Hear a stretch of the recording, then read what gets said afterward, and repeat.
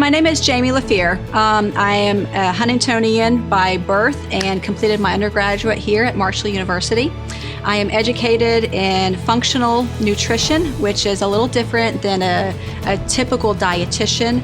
I am looking at the whole body and how the whole body functions and how particular foods can affect positively or negatively each individual body rather than our bodies as a whole in our community. I'm also the owner of Wholi Moli. We've been in business for 8 years, located in Barboursville, West Virginia, which is a neighboring town of Huntington, West Virginia.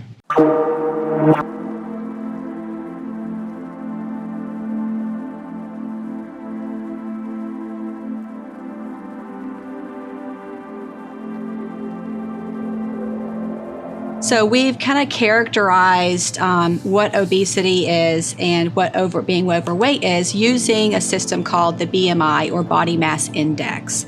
And so an individual who ranges from about 25 to 29 on that BMI or body mass index is going to be considered to be overweight. Anybody 30 or over is then considered to be obese.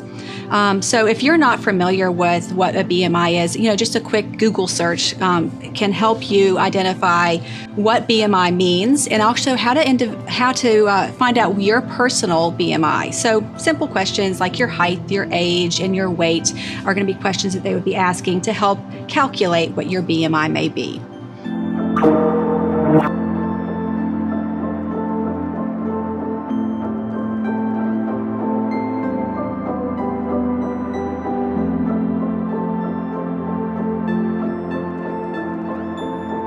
So I do believe that some socioeconomic factors can play a part in obesity levels. We see in this region, obesity levels stay high, for years, for decades, really. West Virginia as a whole has always ranked at the top 4. And so that's pretty sad. But we also look at the education of our state, which is lacking or poor. We look at total household income, and we're going to be lower on that scale as well. So I think those can play a big part in understanding how food is nutrition and how that nutrition can affect our weight as well.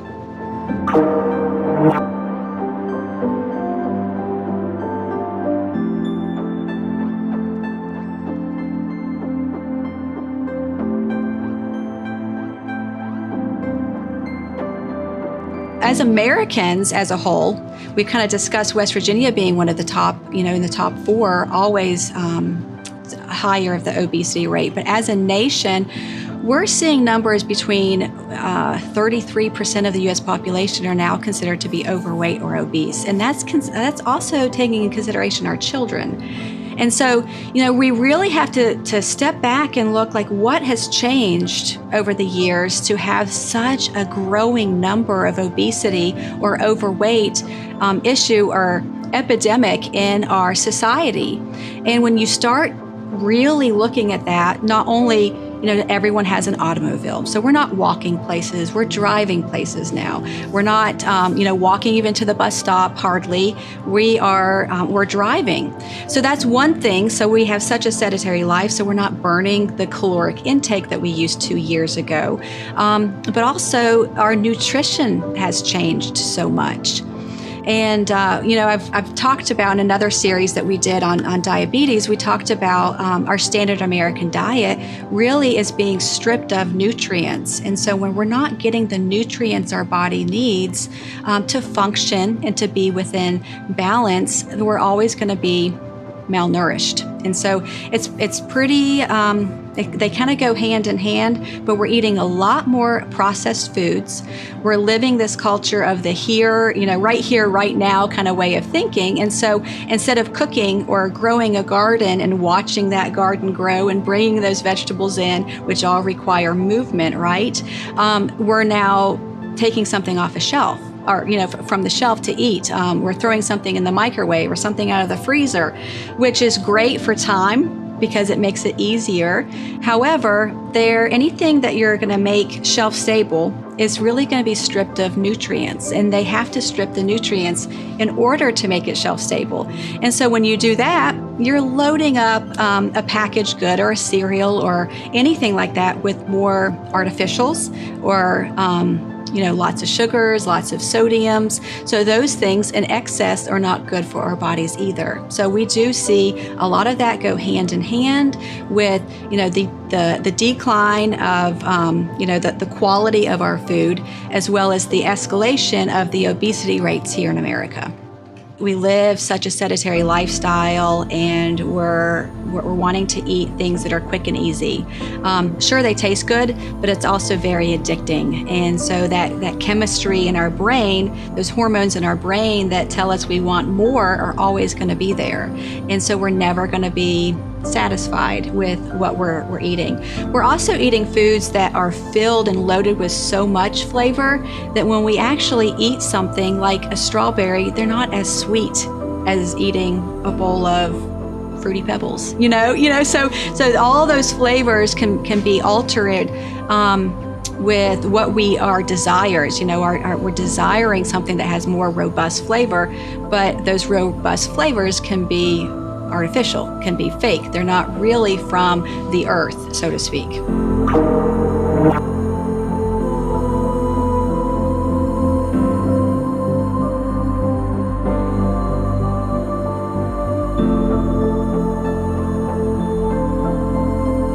As a nation, we are overeaters.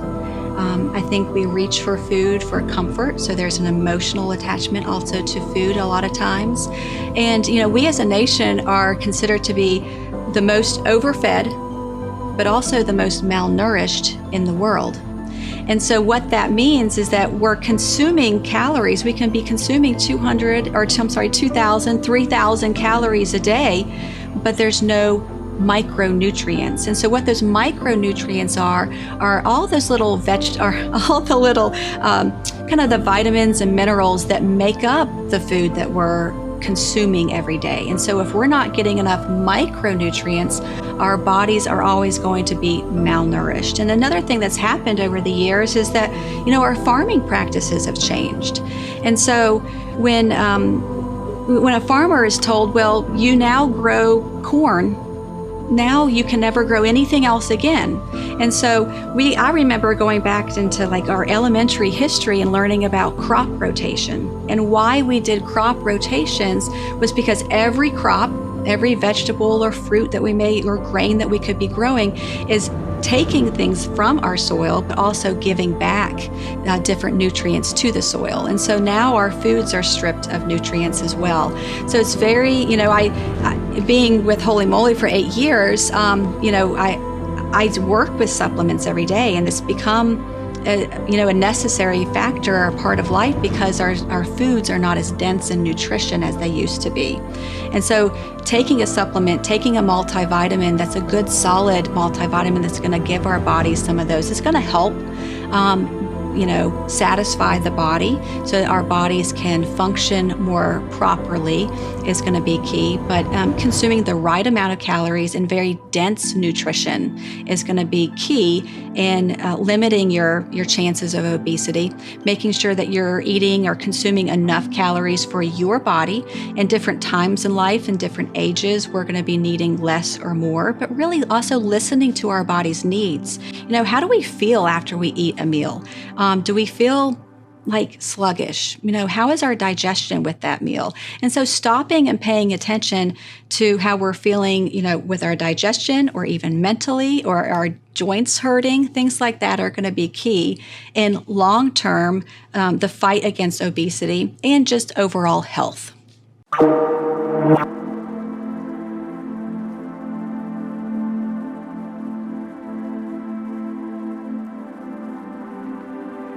Characteristics about our life with determination and drive and having the desires to make changes in all aspects of our life is going to be key to success, whether it's weight loss, or it's, getting through an education, or it's, applying for a new job.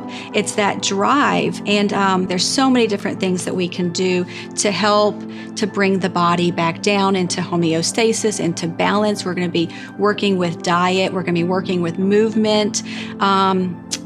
And when those things, you're increasing those micronutrients and your body is now satisfied with what it's getting, then the inflammation of the body is going to go down. And when the inflammation of your body can go down, your energy goes up, your sleep is more sound. So you have even more of a drive to keep going. So small changes can actually, small changes every day can actually result in such huge quality of life changes long term. So it would make me so happy to work with an individual who has that desire for change, because I think as Appalachians as a whole, we're stubborn people.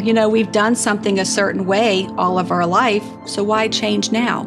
And so we have to change that mindset that we're fed up. We're fed up with how we're feeling. We're fed up with, not fitting into that shirt that we used to fit into, or those pants that we loved. And that this doesn't have to be a progression of who we are. It doesn't have to, to be something that we have to settle for, but it can be changes that we can strive for every day, and not to get down on themselves. We're all going to have a bad day.